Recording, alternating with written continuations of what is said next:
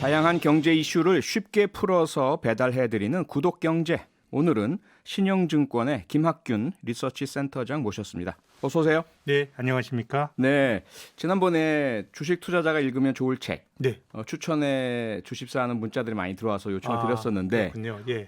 계속 추천을 안 해주셔서 왜 안 해주시냐 이런 문자가 또 계속 와요. 기억하고 계시는 분이 계시는군요. 네, 오늘 혹시 가져오셨습니까? 예, 제가 좀 고민을 해봤는데요. 네. 한두 권을 읽고 투자에 대해서 많이 알 수 있다 이런 건 없는데요. 네. 어쨌든 투자라고 하는 게 안다고 해서 꼭 버는 건 아니지만 모르면 거의 100% 가까이 좀 돈을 잃는 게임이라고 봅니다. 그래서 뭔가 학습을 하고 지식을 쌓는 건 좋을 것 같은데요. 네. 투자 처음 하시는 분이 투자에 대한 태도로서 좋은 거는 이제 피터 린치라고 하는 굉장히 오랫동안 활동을 했던 전설적인 펀드 매니저가 있는데요. 예. 이 사람이 쓴 전설로 떠나는 월가의 영웅 이런 책은 그 생활 속에서 어떻게 투자의 아이디어를 찾나 이런 거 관련해서 좀 시사점을 좀 주고요. 재미있습니다. 피터 린치가 쓴 네, 전설로 떠나는 월가의 영웅. 전설로 떠나는 월가의 영웅. 예, 재미있습니다. 예. 그리고 그 주식 투자는 올해 경기가 굉장히 안 좋은데 주가는 많이 오르지 않았습니까? 네. 이제 자본주의가 어떤 위기가 있더라도 역동적으로 해결을 하고 또 주가 지수라고 하는 거는 당대에 가장 좋은 기업들로만 구성이 되니까 이제 투자에 있어서는 너무 걱정하기보다는 장기적으로는 낙관론의 편에 서는 게 좋은데요. 네. 이런 거 관련해서 이제 주식의 장기 투자하라라고 하는 제레미 시겔이라고 하는 미국의 투자론 교수입니다. 네. 주식의 장기 투자하라 제레미 시겔의 책도 한번 볼만하고요. 아하. 그리고 제레미 시겔 주식의 장기 투자. 주식의 장기 투자하라. 예. 예. 그리고 이제 주식이라는 게 늘 욕심이고 욕심이 과하면 또 폭락이 있고 이런 건데요. 에드워드 챈슬러라는 사람이 쓴 금융투기의 역사라는 책도 네. 한번 지금 시장과 한번 빗대서 읽어보실 만한데요. 네. 에드워드 챈슬러 금융투기의 역사. 마지막으로 근데 제가 딱 한 권을 권해드린다면 네. 저는 벤자민 그레이엄의 현명한 투자자라고 하는 책을 권해드리고 싶습니다. 제목부터 현명하네요. 예, 이 책이 69년, 70년에 나왔으니까요. 한 50년 전의 책인데요.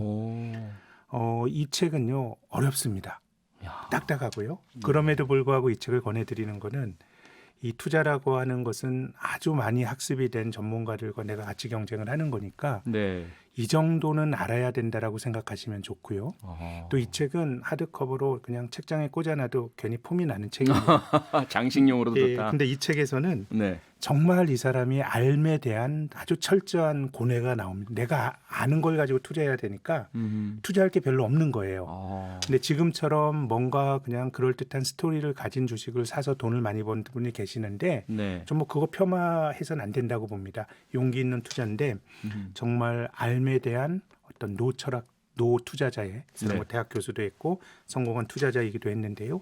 그런 어떤 굉장히 고뇌가 담겨 있는 책이고요. 예. 그래서 현명한 투자자는 꼭 지금이 아니더라도 이 정도는 읽으셔야 저는 장기적으로 시장에서 살아남으실 수 있다라고 생각합니다. 꼭 권해드리고 싶습니다. 거의 고전이네요. 현명한 그렇습니다. 투자자는. 네. 상당히 고심해서 책을 4권 골라오셨는데 이거 외에도 사실 주식 투자에 관한 책들도 무척 시중에 많이 나와 있고요. 요즘 많이 유튜브 나오더라고요. 방송도 네. 무척 많잖아요. 네.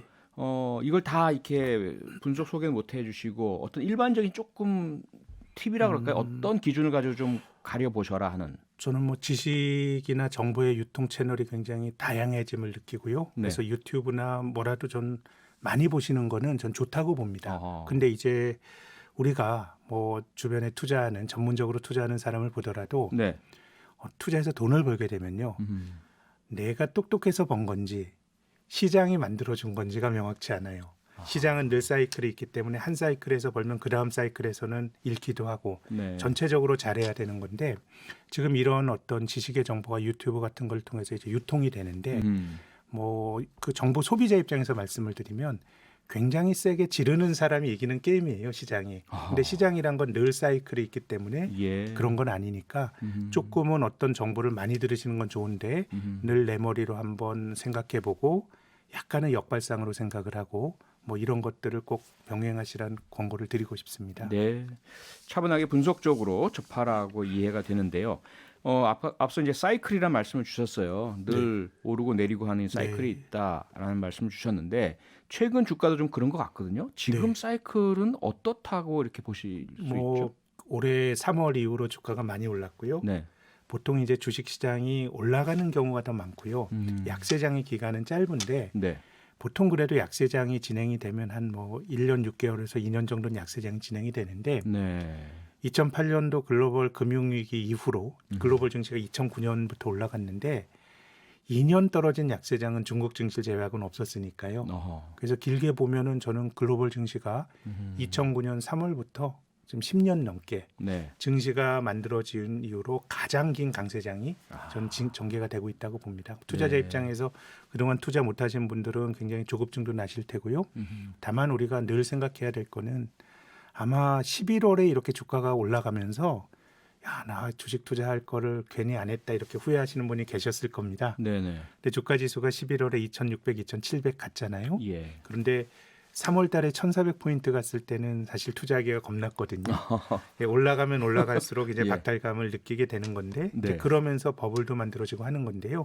뭐 지금이 버블이냐 아니냐에 대한 논란이 굉장히 많을 수 있습니다만은 굉장히 조정 없이 주가가 올라갔기 때문에 네. 투자에 있어서는 조금 더 엄격한 기준으로 음흠. 저는 뭐 여러 가지 것들을 판단하셔야 되는 국면까지 갔다고 봅니다. 네.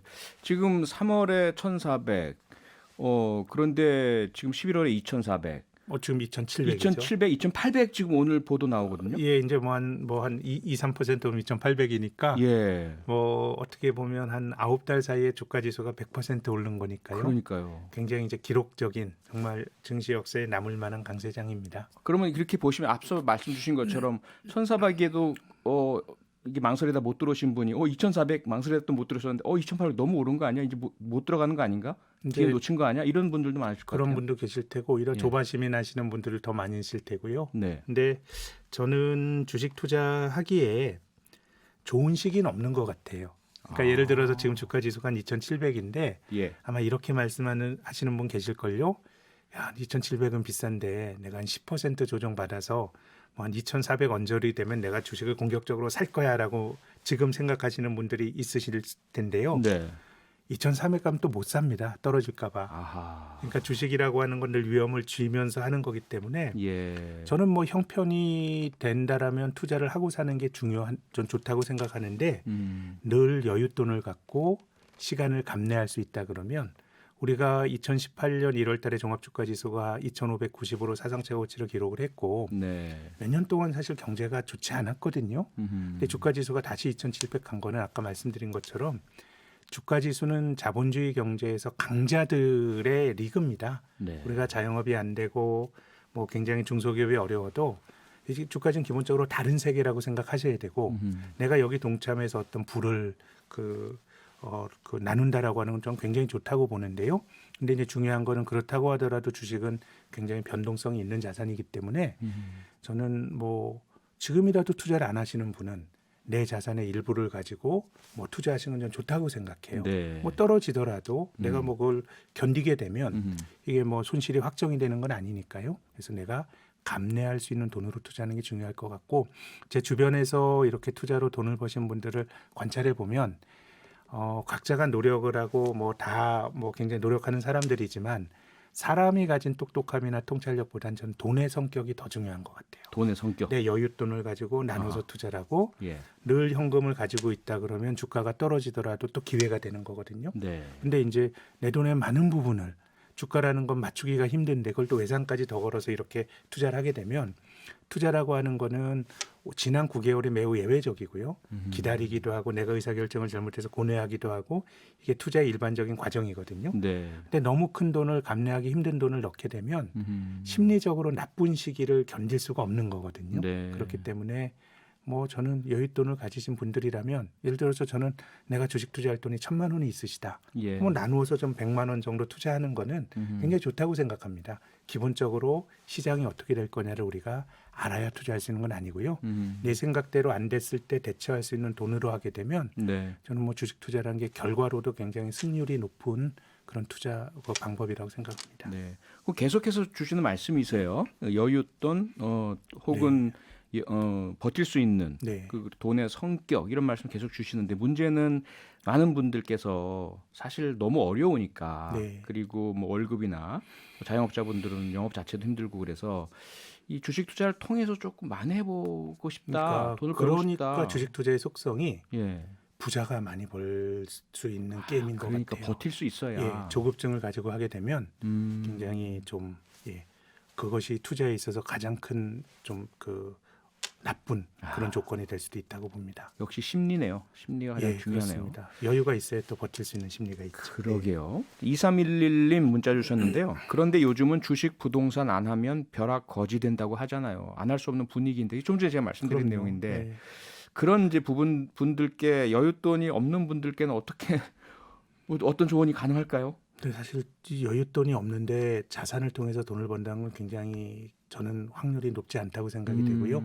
어쨌든 여윳돈 갖고 해야 되는데 네. 근데 제가 드리고 싶은 말씀은 모든 자산은 사이클이 있습니다. 예. 우리 뭐 주택이 지금 뭐 서울의 부동산 불패라고 얘기하지만 지난 5, 6년 전에 불패가 아니었습니다. 네. 불패가 우리가 지금 사고 싶어하는 강남의 집값 같은 것도 굉장히 어려운 시절이 있었고 예. 주식도 그보단 변동성이 크기 때문에 그래서 이번이 아니면 안 된다라는 건 저는 투자의 세계에 없는 것 같아요. 네. 늘 기회는 있는 거고 그럴 수 있는 약간의 시드머니를 저는 주식을 통해서 쌓는 것보다는 어느 정도는 저는 뭐 근검 절약을 해서 시드머니를 만드는 게 좋을 것 같지 한 방을 통해서 하게 되면 저는 그게 뭐 100%안 된다 저 이렇게 말씀드릴 자격은 없지만 저의 위험하다. 관찰의 결과로는 승률이 예. 높지 않을 거라고 봅니다. 네, 역시 실물이 뒷받침을 해줘야 되겠네요. 근거, 시드머니라는 것은요.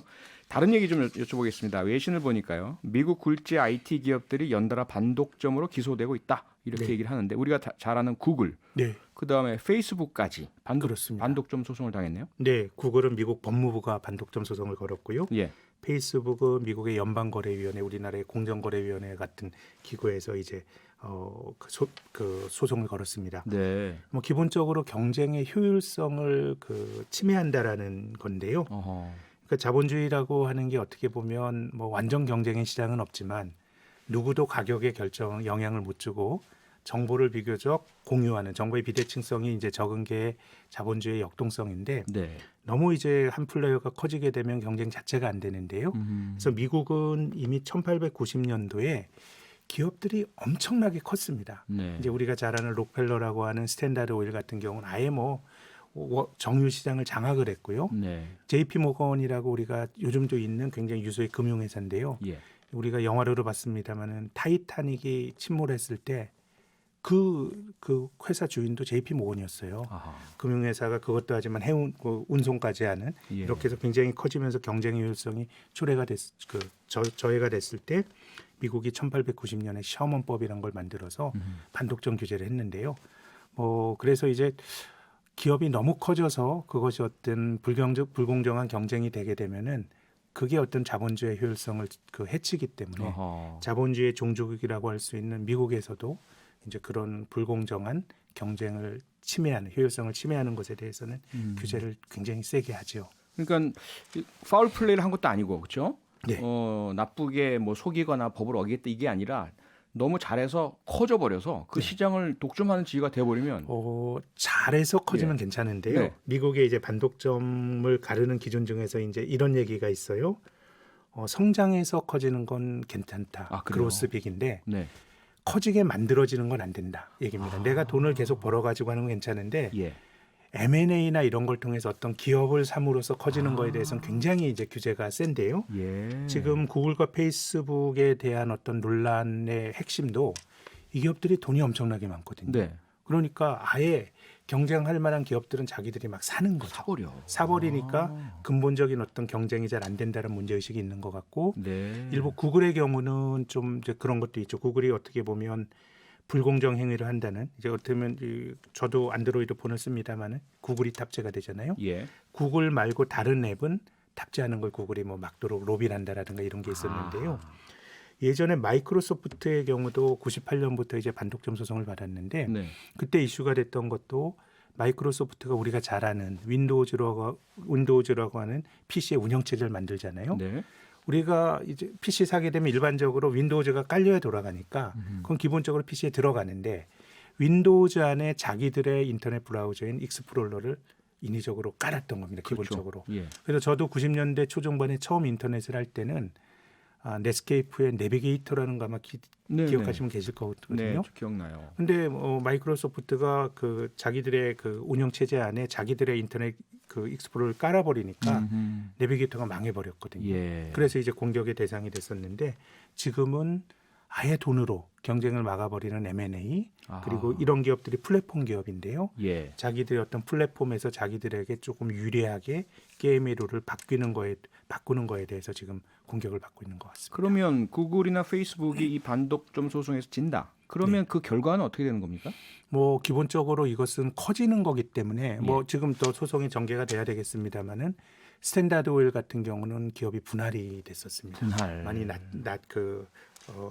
잘게 쪼개졌고요. 예. 덩치가 큰 게 굉장히 이제 다수의 기업으로 분할이 됐고 음. 이번에 그 페이스북도 이제 미국의 그 연방거래위원회에서 규제한 게 이번 주인데요. 네. 지금 이제 페이스북이 저 기업을 샀죠. 그 인스타그램 같은 거 인수를 했는데 예.